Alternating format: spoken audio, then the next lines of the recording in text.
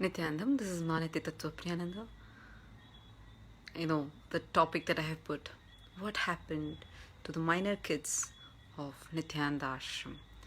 Because this is this was a shocking thing that when I heard, I was really shocked. I felt like, oh my god, I had to seriously share this to the people, to seriously tell what is the real thing to the people. So, in a recent interview where my father had shared a very, very shocking and a blatant lie. So, I was like really shocked that I could never even fathom my dad would talk like that about this. So, this is why I decided, okay, let me share it with all the people.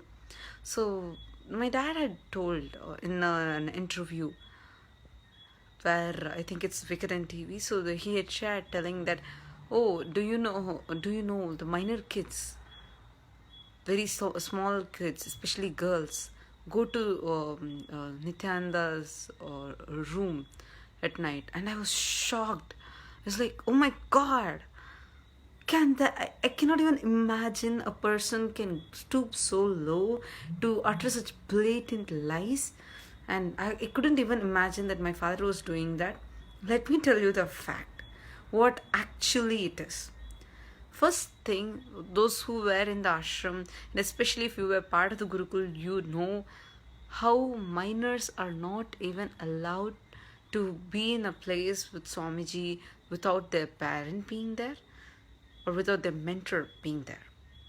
This is something that all of us very clearly know. Even for power manifestation, like Swamiji has conducted so many courtyard sessions, right? So even during this power manifestation, we never get to be with Swamiji alone if there is no mentor or anything. We never get to be like that. And talking about like all the minor kids especially, and this was because like at that time itself, this there was a lot of harassment from CWC, the Child Welfare Committee, in the name of coming and actually protecting people, protecting the kids. They used to like really abuse, trying to like ask, what kind of questions they used to ask us. They used to ask, like, even when I was a minor back then, I think it was in 2014 or 2015, the Child Welfare Committee came and asked me, oh, don't you miss? I was like, no, I don't miss my old life, and I'm happy about this life. Then they told me, no, you have to wear short skirts, you have to look all sorts of horrible things. And I was like, no, I really love my life. This lifestyle that I'm living is something that I have chosen out of my own choice. My parents are also happy with this. So this is what happened back in 2014, and they also asked many other vulgar questions too, like, don't you see that video of your Swami, and don't you see this, don't you see that, etc., etc. And I was like very clear, I know it's morphed, it has been proven it's morphed, I don't want to listen to all these lies, etc. So, and they tried forcing, and I had shared this earlier in my video. I just want to quickly share with all of you. But what actually is the thing is, so my dad had shared telling that minor kids go to Nithyananda's room at night. I was like, stop, there is a limit. You're just going on and on and on, blatantly lying like this. This is what I felt inside me, so I wanted to share with all of you. First of all, we are not allowed, any kid or adults in that case, are not allowed to go into any place where there is no CCTV camera, especially Gurukul. Actually, in Gurukul, there was a time where a portion of Gurukul, I think like 2 classrooms CCTV, because some monkeys were there, so the CCTV broke. So the 2 CCTV cameras did not work. We were not even allowed to go there. They took 2 days time. They completely fixed more CCTV cameras, put more protection to it. So we did not even enter that place because there was no CCTV camera. People who have been to Swamiji's own courtyard, you all might be knowing that the whole place is filled with CCTV cameras. People who did Nithyananda Yogamala will surely be knowing. And they might have even, like, you all might have even surely observed, not a single time Swamiji would allow any minor kids to be there if there are no mentors. This is a very clearly known fact. And apart from that also, another thing that I wanted to share was, My own father used to be there with like whenever we are around Swamiji, most of the times my father will also be there. The thing is, if he's telling all these lies now, right? The proof is, till now, see, Swamiji had left to be in the Himalayas, I think, what like Kashi Yatra, etc. Like basically not with the public life, not with the ashram, not with the public life. About 2 years before, he is, and my dad has been like quite enriching people, being so active, like many things he was involved in, and for the full time he never had all these problems. He never ever told it, like, see, if you were there and you see, or if what he is claiming is true, if he sees his daughters going there like that, would he allow it? Would you allow it from the position of a father? Obviously, no. And after Swamiji left, 2 years after, he's newly cooking up a lie. What triggered him now to suddenly cook up such lies? I just wanted to share, like, it's a logical thing. It's just a very, very clear logical thinking. If you just apply your logic and see, I'm just so shocked. Vigadan TV did not even question see, in a TV you need to investigate. They're just showing such things, and what would the public think?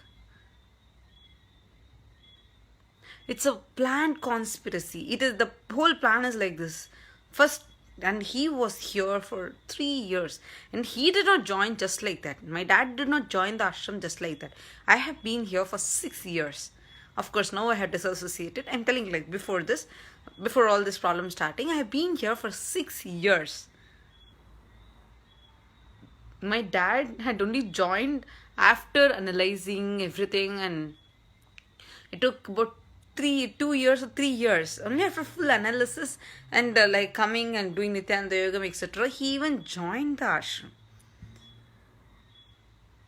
He's telling lies like kids are woken up at 2 a.m. and made to dance. God, for whom? Who wakes up at 2 a.m. to dance? Isn't there a limit? Kids are made to put heavy makeup. Kids are made to go dance at 2 a.m. There is a limit to lie, please. They go on and on and on, building up, thinking nobody's there to question him. Okay, if he used to see, what he's claiming is a complete lie. If he was seeing all that, why he did not stop? He was also there very much in the Adinam. And Swamiji hasn't even been in the Adinam for the past 2 years. Swamiji was in Kashi Yatra, like many different things. Swamiji was in a separate pilgrimage. He was not even available to the public. And my dad knows that very well. So how come at that time and all, like, if something is happening, you immediately get triggered and you immediately ask.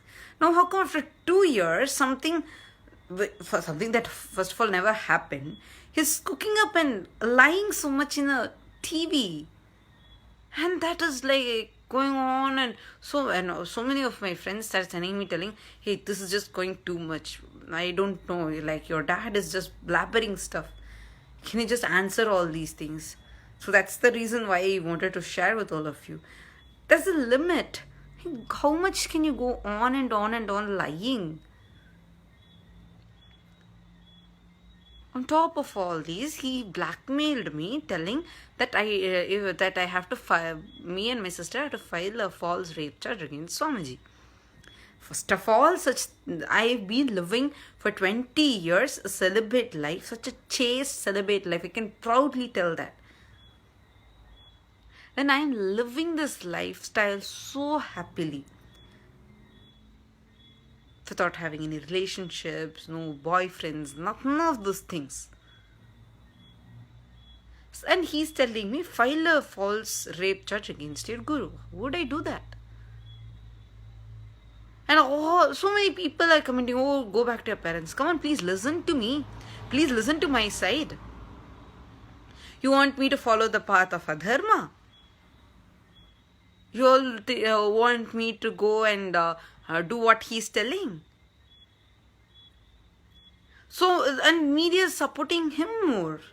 It's a whole planned conspiracy.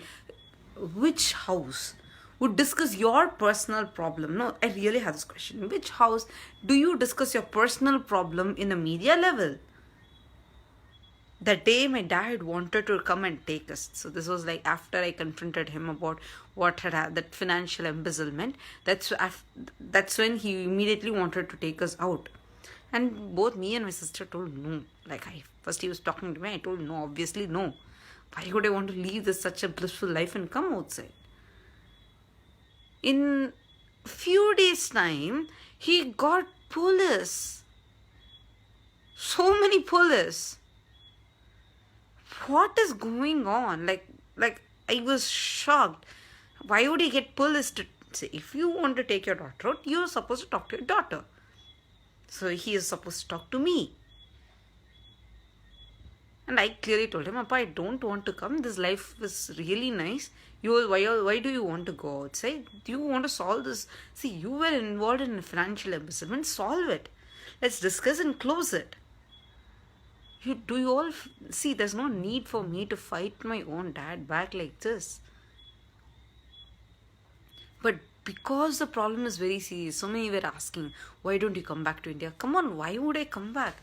There is no protection the police is giving. I have asked the protection request that I had asked. Even I saw Sun News channel had also projected. I was very happy actually seeing that, okay, my news was not even twisted, it was just projected as it is. And they are going on and on, twisting things. Like, the police is telling no protection will be given to you. You, like, the protection that they are guaranteeing is, you come to the court, there will protect you. So outside the court, if somebody kidnaps me, they see this whole situation with all this pressure, they made me come out of the ashram. The ashram didn't set me out. Let me be very clear. Swamiji only told me, you go solve the problem and then come back. But I volunteered because using my name, the way they harassed ashram. So me and my sister decided, we will continue to live this lifestyle. We will be sannyasis only. We would not drop the kavi. We want to be in kavi because we are very clear we want to pursue this life. So we moved out of the ashram. We are living on our own. It's so difficult. It's not a joke. Just me, I'm 20 and she's 18 and 2 girls. Imagine and see. It's not a joke to live like this.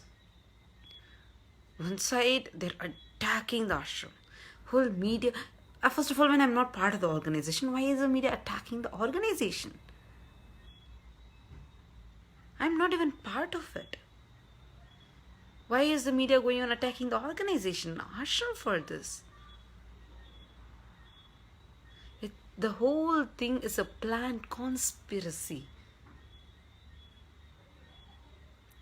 And I'm like, seriously, I don't have any other platform where I can, of course, Nithyananda TV, they offered me a time where I can share what is happening with my current situation. Actually, like in under a few hours, 7 a.m. Indian Standard Time, I'll be coming live to actually share on Nithyananda TV. Like, you can even find it on Facebook, or you can find it, like, you can just come to nithyananda.tv and you'll be able to watch it, or you can come to Swamiji's YouTube channel and watch it.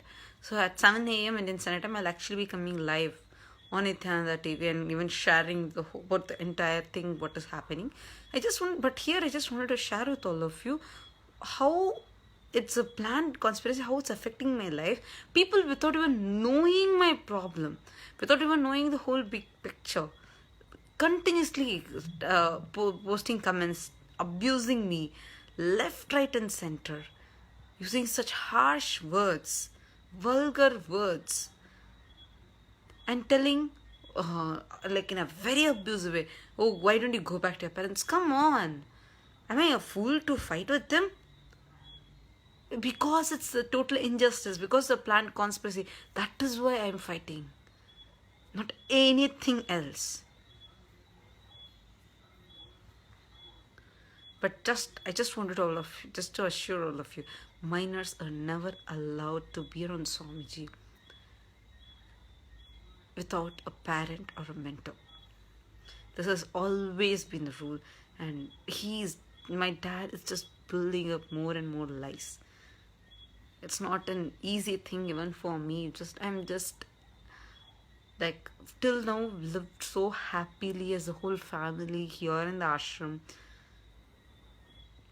When I was in the ashram, till this entire problem started, living with the whole family, such a blissful life. A lot of ups and downs came, but Swamiji protected us through all that. But I don't know now why my dad is completely turning against, and it is being really, really painful. Any of you who feel like you want to support, just put your feedback, show your support by just tweeting #justice for Hindu monk sisters. Thank you, Nithyananda.